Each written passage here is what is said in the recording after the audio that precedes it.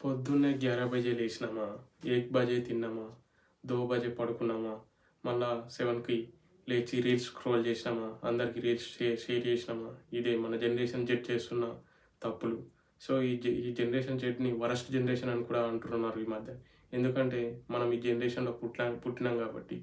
First of all ఈ generation కంటే previous జనరేషన్‌ల గురించి తెలుసుకుందాం. జనరేషన్‌లు 5 రకాలుగా విభజించారు. ఫస్ట్ జనరేషన్ వచ్చేసి సైలెంట్ జనరేషన్ 1928 టు 1945.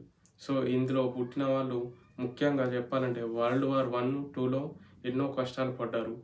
అలాగే ఎకనామికల్‌గా కూడా డిస్టర్బ్ అయ్యిర్రు. సో, వీళ్ళు ఫిజికల్‌గా గానీ, మెంటల్‌గా స్ట్రాంగ్ ఉన్న జనరేషన్. ఇది first generation silent generation.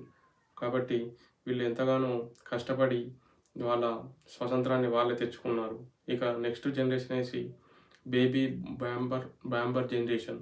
So, వీళ్ళు 1946-1964లో జన్మించిన వాళ్ళు ఈ బేబీ బాంబర్స్ అంటారు. వీళ్ళని బేబీ బాంబర్ జనరేషన్ అంటారు. సో, వీళ్ళు ఇండిపెండెన్స్ కోసం పోరాటం చేసిర్రు. అలాగే సివిల్ రైట్స్ కోసం పోరాటం చేసిర్రు. సో, వీళ్ళు కూడా చాలా వరకు కష్టపడి వాళ్ళ ఇండిపెండెంట్‌ని వాళ్ళే తెచ్చుకున్నారు. సో, మన జనరేషన్‌లాగా ఏ పని పాట లేకుండా వీళ్ళు లేరు. చాలా వరకు కష్టపడ్డారు. ఇక మూడో జనరేషన్ వచ్చేసి జనరేషన్ ఎక్స్. వీళ్ళు 1965-1980 మధ్యలో జన్మించిన వాళ్ళు. వీళ్ళు ఎయిడ్స్ నుంచి అలాగే ఎకనామికల్‌గా ఎన్నో అవపాట్లు ఎదుర్కొన్నారు. ఇక ఫోర్త్ జనరేషన్ వచ్చేసి జనరేషన్ వై. వీళ్ళు 1981-1996లో జన్మించిన వాళ్ళందరినీ జనరేషన్ వై అంటారు. సో, వీళ్ళు ఈ మిగతా జనరేషన్ కంటే ఈ జనరేషన్ కొంచెం బెటర్. ఎందుకంటే వీళ్ళకు సాక్రిఫైజెస్ వీళ్ళని మిలీనియన్స్ అని కూడా అంటారు. ఎందుకంటే మిగతా జనరేషన్‌లో చేసిన కొన్ని మంచి పనుల వల్ల వీళ్ళ జనరేషన్‌కి ఫ్రీడమ్ అనేది దొరికింది. సో, వీళ్ళు ఎదగడానికి ఎంతో హెల్ప్ అయింది. ఫైనాన్షియల్‌గా ఎదగడానికి ఎంతో హెల్ప్ అయింది. ఇక లాస్ట్ మన జనరేషన్ వచ్చేసి ఫిఫ్త్ జనరేషన్ జెడ్. సో, మనం ఈ జనరేషన్‌లో ఉన్నందుకు ఎంతగానో గర్వపడాలి. ఎందుకంటే ప్రీవియస్ జనరేషన్ చాలా వరకు కష్టపడ్డారు. అన్ని జనరేషన్‌లో ఎంతో కొంత కష్టపడ్డారు. కానీ మన జనరేషన్‌లో మాత్రం ఏం కష్టపడకుండానే మనకు టెక్నాలజీ ఉంది, ఇన్ఫర్మేషన్ ఉంది, అలాగే బెస్ట్ లైఫ్ స్టైల్ ఉంది. అయినా కానీ మనం ఈ ప్రెషర్, డిప్రెషన్, ఫోకస్ వీడకపోతున్నాం. ఎప్పుడైనా ఆ డిప్రెషన్‌లో, లోన్లీనెస్‌లోనే ఉండిపోతున్నాం. సో, అలాగే మనకు తగ్గట్టుగా ఈ లవ్వు అంటూ మన టైంని వేస్ట్ చేస్తున్నాం.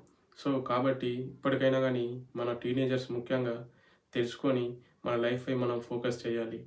ఈ జనరేషన్ జెడ్ వాళ్ళు తాజాగా యూఎస్‌లో ఒక కంపెనీ సర్వేలో ఏం తేలిందంటే ఈ జనరేషన్ జెడ్ వాళ్ళు సరిగ్గా పని చేయట్లేదట. సో, ప్రీవియస్ జనరేషన్‌ల కంటే మన జనరేషన్ వాళ్ళు ఏదైనా పని ఇస్తే పనిపై ఫోకస్ చేయలేకపోవడం, ఇలాంటివి ఎక్కువ కావడం వల్ల మన మన మనకు ఉద్యోగ అవకాశాలు కూడా తక్కువయ్యాయట. కాబట్టి మన జనరేషన్ జెడ్ వాళ్ళు చాలా వరకు ఫోకస్ లెవెల్స్ తగ్గిపోతున్నాయి. దీనికి కారణం ఏంటంటే అనేక రకాల కారణాలున్నాయి. ఈ జనరేషన్ వాళ్ళు ముఖ్యంగా సోషల్ మీడియాకు అడిక్ట్ అయ్యారు. అనవసరంగా సోషల్ మీడియా రీల్స్ చూస్తూ రోజు టైం అంతా వేస్ట్ చేస్తున్నారు. అలాగే ఈ గేమింగ్ కూడా చాలా వరకు మన జనరేషన్‌కి చాలా అలవాటైంది. పొద్దున ఎప్పుడో స్టార్ట్ చేసి మినిమమ్ ఒక 5, 6 గంటలు రోజుకి 5, 6 గంటలు ఆడేవాళ్ళు ఉన్నారు. ఇలా కూడా మన టైం ఎంతగానో వేస్ట్ అవుతుంది. కాబట్టి ఇప్పటికైనా మనం మన లైఫ్‌పై ఫోకస్ చేసి వీటన్నీ బంద్ చేసి మన లైఫ్‌లో ఎదగడానికి కావాల్సిన సక్సెస్ ఫార్ములా ఏంటో తెలుసుకొని మనం దానిపై ఫోకస్ చేయాలి.